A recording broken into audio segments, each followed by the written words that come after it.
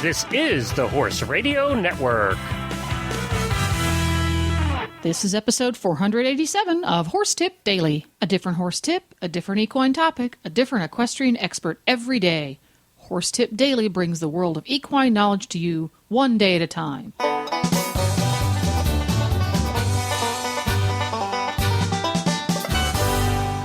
Hi, Coach Jen here, and thanks for tuning in to Horse Tip Daily. Today's tip is from Julie Fershtman. Julie is widely recognized as one of the nation's leading counselors and litigators in equine law. Her law practice crosses all equine breeds and disciplines and serves a wide range of equine professionals and associations. She is the author of several books on equine law for lawyers as well as laypersons like you and I. In addition, she has written over 200 articles on equine law, and her articles have been published in magazines that include Equus, Horse Illustrated, and Stable Management. Julie's tip today is on equine liability laws, and this is part one of a two-part series. But first, before we get to today's tip, let's hear a word about our sponsor, EquestrianCollections.com. When horse folks need quality, name-brand products for themselves, their horses, or their stables, they go to EquestrianCollections.com. Why, you may ask? Because of the astounding variety of top names in equestrian products that can be found there. EquestrianCollections.com knows you want products you can count on, and they have thousands of them available at competitive prices. And they don't stop there. You can also take advantage of savvy shopper emails, rider rewards programs, and even special unlimited shipping programs. No matter whether you jump in the meter 15 classes, chase equitation points all the way to Congress or the National, or just enjoy big sky country aboard your horse, Equestrian Collections has name brand products, knowledgeable people, and great service that you need to enjoy your horse time to the fullest. EquestrianCollections.com. Now, enjoy today's tip. And welcome, Julie Fershtman. Haven't seen you in a while. How you been? I have been wonderful. How about you?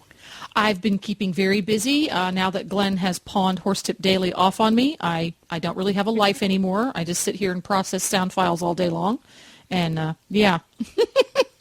Welcome to my world.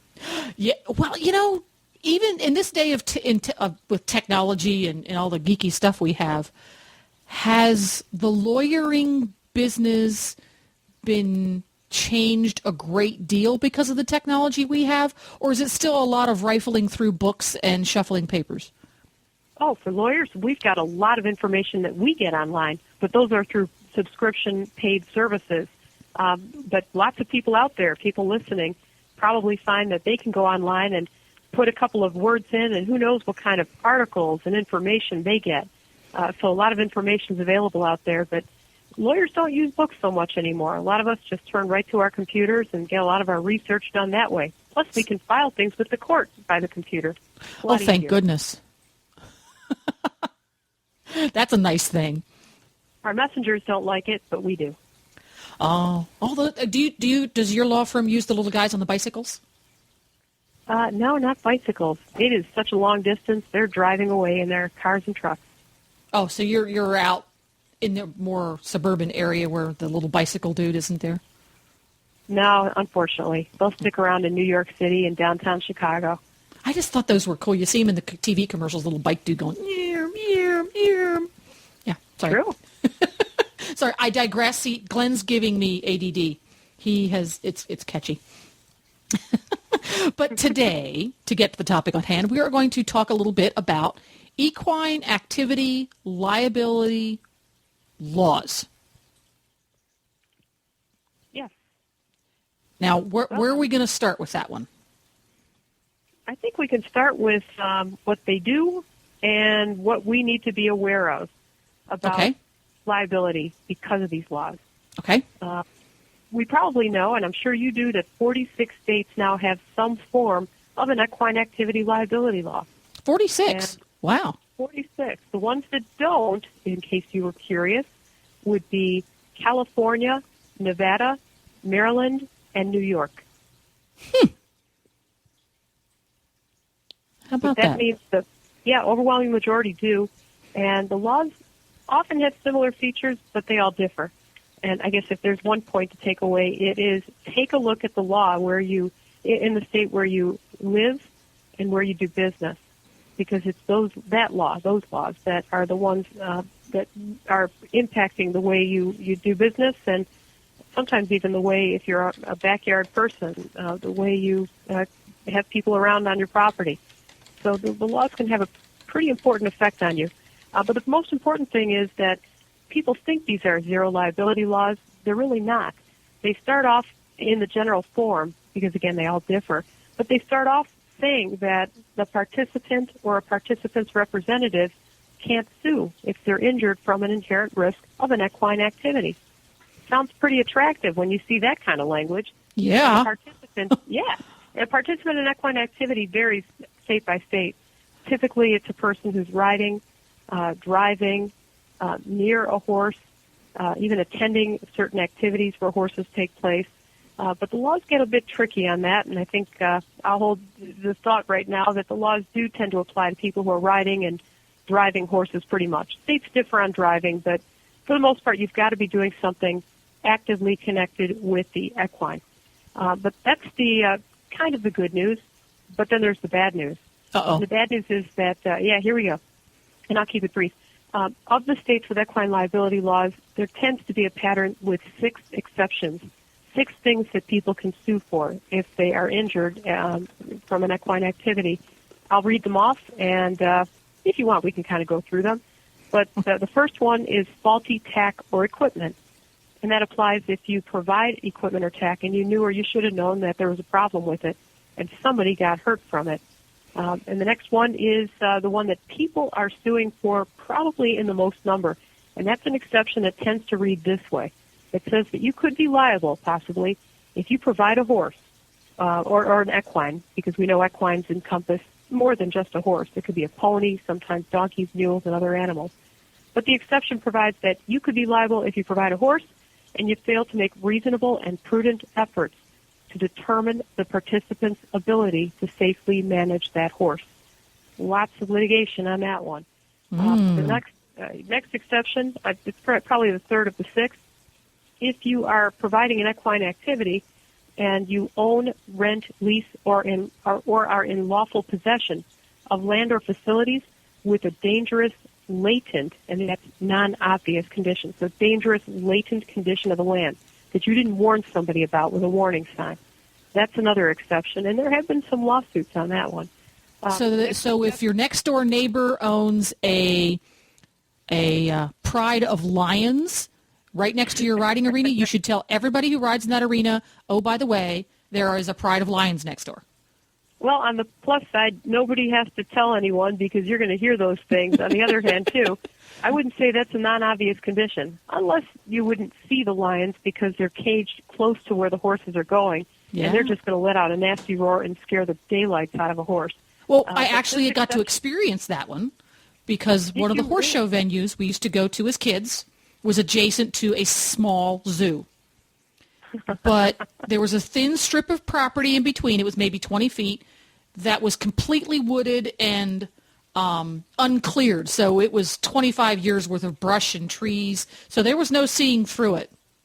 So when people would come to that venue unaware that there was a zoo 30 feet away and one of the lions decided to roar or one of the peacocks decided to do what peacocks do, there were some really interesting reactions. Oh, my goodness. Probably some interesting little bumps, bruises, broken bones, and whatever else. Yeah, especially those naughty little ponies. Yeah, but I can think of some horses that would be terrified. You've had that horse? No, well, yeah, the horses that were afraid of their own shadow. So you put a lion or a peacock near them, and they're in the next town. It's over. In the next country. Right. But that's an exception people have been suing for on the dangerous latent condition of land issue. Next exception is for gross negligence or willful and wanton misconduct, and that's a higher degree of wrongdoing. What I'm finding is people raise that if there's a liability release involved, because most states say that you can't release those kinds of things away. So that's where you find that exception cropping up. 2 more exceptions. Next one is intentional misconduct. I haven't seen that raised at all because, to be honest with you, I don't think people are going to do anything intentionally to hurt anybody. At least I hope not. Among the readership in this group here. And so it's hard to prove somebody jumped up and down and screamed and yelled at your green 3-year-old you were lunging in the arena on purpose. Be great if that were caught on video. There you go. I would have an easy time proving if you took me for a trail ride and you put a burr under the saddle of your meanest horse and you watched me get on and go bucking down the arena and just laughed your head off. I think that would possibly be intentional, and I'd be going after you. There we go. So beware the cell phone. That's right, the cell phone camera. There you go. It does it every time. The final exception, though, is found in, believe it or not, several states with equine liability laws, and that's an exception for negligence. And long story, but negligence is essentially failure to do something that reasonable people do or not doing what reasonable people should do. And the law before these equine liability laws for liability was negligence. And yet it reappears in the laws in several states. Kind of odd, I think. Yeah, so with negligence, that one seems to me the grayest of them in that a horseback riding operation in South Texas that is 45 miles from the nearest Walmart. It's really in the middle of nowhere. And they teach up-down lessons to 4 kids a month.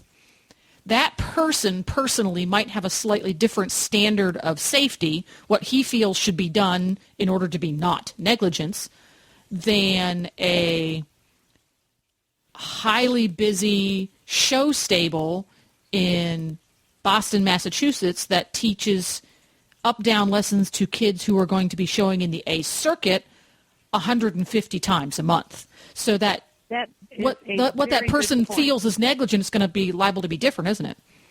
Absolutely it is. And as an attorney who practices equine law and handles equine liability cases around the country, I can tell you, you've hit a very important issue. Negligence is unclear. It's hard to define. Everybody has a different perception of what is and isn't negligence, and the standards really can vary. And that's one of the many headaches associated with liability under negligence, which is why it's kind of nice in the states with equine liability laws that don't have that exception. It's nice because you have a better idea of what liabilities really are. You're not in that gray area. But that is the state of the law, and there are about 12 states or so, 10 to 12 states with negligence exceptions in their law. Well, that's very interesting. That's nice to have those all lined up in front of you. And the take-home message I get from that one is cross your T's, dot your I's, tighten your girths, and put on your helmet. That would help everybody. Always there we go. Well, that covers the first part of equine activity liability laws. And thank you very much, Julie. That was wonderfully clear. And actually something about equine law makes more sense now. That's a first for me. And we're going to take up this topic in our next tip. So tune in next time, folks. Thanks a lot, Julie. Sure. Thanks for having me. Yeah. Well, there you go.